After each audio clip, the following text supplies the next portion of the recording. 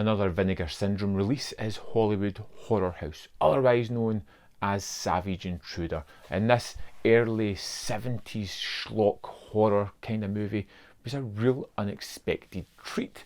I wasn't sure going into this what I was going to get. And when we open up, we discover that there's been a series of middle-aged women being murdered in their own home. And we follow one being followed home as someone bursts into her house and cuts her up. And it's a rather visceral, in-your-face kind of performance and scene at the start of this movie. And you're thinking, okay, this is where it's going to be all the way through it. And then it kind of changes note almost immediately. We follow this tour bus as it goes through the Hollywood Hills, showing us the homes of aging film stars. And we follow this guy who's hanging off the back of it as he just kind of jumps off and starts to walk up to this house through the gates and just instigates himself into this household. This is the house of reclusive ex-Hollywood star Catherine Pickard, who is a little bit of an alcoholic, very much locked away in her house and her memories, who's the only one there with the kind of people in her house. There's somebody who looks after her affairs, there is a cook, and there is a housemaid.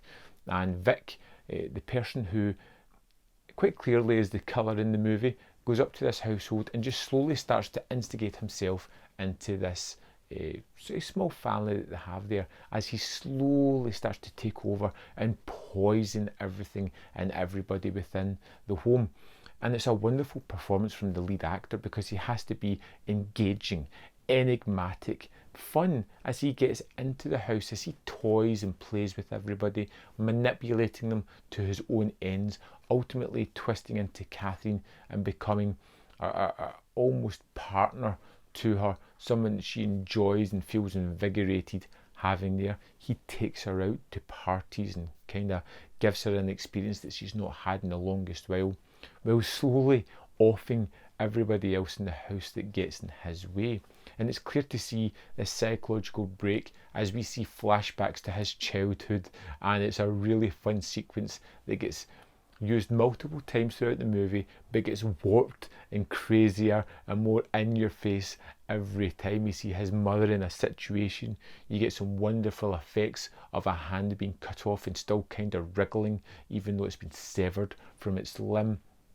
And you start to see or get an idea of what made Vic so twisted that he is. And when we get to the end of the movie, you really have this sordid and twisted and kind of gritty and hard feeling movie, as we discover that Vic's just taking everybody out. He's taken over and he has had a big psychological break, something that he was papering over the cracks with, not really letting anybody in to that side of him. And it becomes a really strange psychological thriller, as well as having moments of violence, but not too many. This isn't the type of movie that I really expected when I threw this on, but it was one that I really grew to love when I learned and took note of what it was trying to do. It's very accomplished, it's very well shot, it's got some wonderful performances here across the board, and I really kind of like the twisted third act of this one, as it really went in a direction that I wasn't really expecting. Hollywood Horror House is a real treat of a movie. Don't expect over gore or blood, you're not going to get that here. You're going to get a kind of slow build as someone slowly instigates himself into the household, as he slowly takes over, as he starts to let his own id run riot, and it is incredibly fun, incredibly effective and well done. Hollywood Horror House for me is a real treat of a movie, one that I can strongly recommend. I'd love to know your thoughts on it. If you've seen it, let me know in the comment box below, and I'll see you next time on Man v Film.